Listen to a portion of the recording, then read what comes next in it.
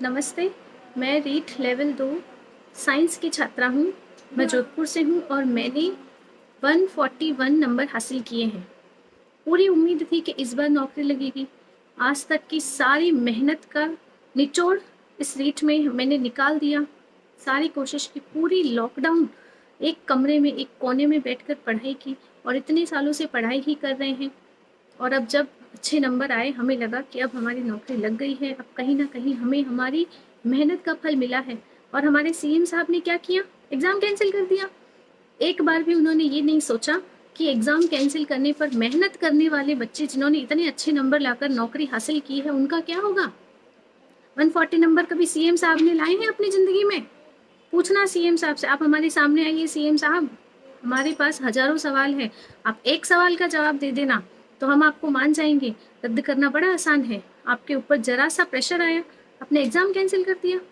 एक बार भी नहीं सोचा कि जो बच्चे मेहनत करके नंबर लाए हैं उनका क्या होगा। आपके ऊपर प्रेशर आया, अपना एग्जाम रद्द कर दिया। हमारे ऊपर हमारे घर वालों का प्रेशर है, हम क्या करें? मर जाएं? जान दे दें अपनी? फिर क्या करेंगे आप? जिंदा कर पाएंगे हमें? एग्ज़ाम रद्द करना समस्या का हल नहीं है सर। एग्ज़ाम रद्द करने से उन बच्चों को फ़ायदा हुआ है जिन्होंने ज़रा भी मेहनत नहीं की। उनकी तो लॉटरी लग गई। उन्हें एक और चांस मिला एग्ज़ाम देने का। जो पैसे देकर अपना सिलेक्शन करवाना चाहते थे वो भी बच गए। अब वो भी नहीं पकड़े जाएंगे। जब एग्ज़ाम ही रद्द हो गया तो क्यों कोई उन्हें पकड़ने के लिए इतनी मेहनत करेगा? वो भी सारे नहीं पकड़े जाएंगे, वो भी बच गए।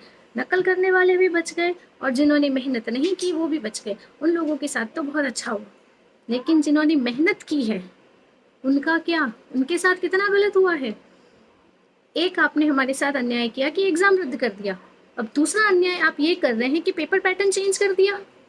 दो दो एग्जाम करवा रहे हैं। क्या गारंटी है कि अगली बार भी हमारे उतने ही अच्छे नंबर आएंगे? आप गारंटी लेते हैं सीएम साहब?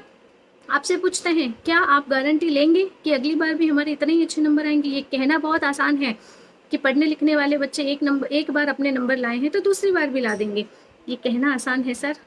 मान लीजिए आप कोई चुनाव जीत गए, सीएम बन गए आप। अब अगर उस चुनाव को रद्द कर दिया जाए और नए सिरे से कहा जाए कि नए सिरे से चुनाव करवाओ, तब आपको पता चलेगा, आपको भी लगेगा कि ज़रूरी नहीं है कि आप एक बार जीते तो अगली बार भी जीतेंगे। आपकी पूरी कोशिश रहेगी कि अब अगर आप चुनाव जीत गए हो तो अब वो रद्द ना हो। वही आपने हमारे साथ भी किया। हम भी हमारा चुनाव जीत गए थे, मेहनत करके नंबर ला दिए थे और अब आपने रद्द कर दिया। एक बार तो सोचते सर कि मेहनत करने वालों ने क्या गलत किया है। अरे हमारा कानून भी कहता है कि 100 अपराधी बच जाए तो चलेगा, लेकिन एक निर्दोष को कभी सजा नहीं मिलनी चाहिए। और आपने तो हजारों निर्दोषों को सजा दे दी। क्यों? हमने गलती की मेहनत करके, हमने गलती की अच्छे नंबर लाके। पहले तो आपने एग्जाम करवाया, आपको रद्द करना था तो आप सेम डे या सेम वीक रद्द कर देते। एग्जाम लिया, उसके बाद आपने रिजल्ट जारी किया। रिजल्ट जारी किया तो हम लोगों को उम्मीदें आई ना कि इतने अच्छे नंबर है, इस बार हम सेलेक्ट हो जाएंगे। उसके बाद भी आपको शांति नहीं। आपने ऑब्जेक्शन लगवा के हम लोगों से और पैसे भरवाए और दोबारा रिजल्ट जारी किया। उसके बाद आपने काउंसलिंग के फॉर्म भरवाए और अब जब हमारी ज्वाइनिंग का समय आया तो आपने एग्जाम रद्द कर दिया। वाह सीएम साहब, क्या दिमाग लगाया आपने। 3 3 बार हम लोगों से फॉर्म भरवाए और अब जाके रद्द किया। अरे आपको पैसे ही चाहिए थे तो डायरेक्ट ही बोल देते, तो हम ऐसे ही आपके खाते में 2 2 हजार डाल देते। इस तरह घुमा फिरा के हमारी जिंदगी खराब करने का हक आपको किसने दिया सीएम साहब? आप हमारे सामने आइए, हमसे फेस टू फेस बात कीजिए। जहां भी छुप कर बैठे आप बाहर आइए, हम लोगों से डायरेक्ट बात कीजिए। हम आपके हर सवाल का जवाब देंगे। आपको लगता है हमने नकल की है, ठीक है, आप हमारे पीछे पुलिस लगाइए, जो तहकीकात करवानी है करवाइए। हम कह रहे हैं ना आपसे करवाइए। अगर आपको लगता है कि हमने नकल की है तो आप करवाइए। हम कह रहे हैं, आपको परमिशन दे रहे हैं आपको। अरे सर थोड़ा तो सोच लेते। इतना गलत मत कीजिए। इतने सारे बच्चे हैं, कम से कम हजारों बच्चे हैं, हजारों क्या लाखों बच्चे हैं जिनको इस जॉब से उम्मीदें थी और आपने सारी उम्मीद को एक सेकंड में तोड़ दिया। जरा सा प्रेशर आया, तोड़ दिया। हमारे ऊपर भी प्रेशर है, हम तो सुसाइड करेंगे। क्या करोगे आप? क्या करोगे आप? ये आपने ठीक नहीं किया सर, अभी भी समय है। ये जो आपका रद्द करने का फैसला है ये पूरी तरह गलत है सर। आप हमारे साथ ऐसा मत कीजिए। आपसे हाथ जोड़ के विनती है, आपके पैर भी पड़ते हैं हम। क्या करें, मजबूरी है हमारी। इतने टाइम भी हमारी मजबूरी ही थी जो हम पढ़ते थे, इतनी मेहनत की हमने, इतना पैसा लगाया हमने, ऑनलाइन कोचिंग क्लास खरीदी। कुछ बच्चे हॉस्टल में रहकर पढ़ते हैं, कुछ रूम लेकर पढ़ते हैं, कुछ घर वालों से दूर रहकर पढ़ते हैं। शादीशुदा लड़कियां अपने छोटे छोटे बच्चों से दूर रहकर पढ़ती हैं। आपने जरा भी नहीं सोचा, किसी के बारे में नहीं सोचा। थोड़ा तो सोचिए सर, आप सीएम साहब हैं, आप हम सबके ऊपर हैं, आपके हाथों में हमारा भविष्य है, आप हमारा भविष्य खराब मत कीजिए सर। थोड़ा हम लोगों पर रहम करो। आप हमारा हिस्ट्री बैकग्राउंड सब देखिए। आपको अगर हम पर शक है तो आप हमारी जांच करवाइए, हम तैयार हैं। लेकिन जब हम गलत नहीं हैं तो हम सज़ा क्यों भुगते हैं? आपने हमें जीते जी ये कहिए कि फांसी पे लगा दिया है। ये फांसी पे लगने के बराबर ही है, जीते जी मार दिया। आप डायरेक्ट हम लोगों को फांसी के ऑर्डर दे दीजिए, हम फांसी चढ़ जाएंगे। जीते जी हम नहीं मरेंगे सर। एक इतनी मेहनत की है, इस मेहनत को ऐसे वेस्ट जाने नहीं दे सकते सर।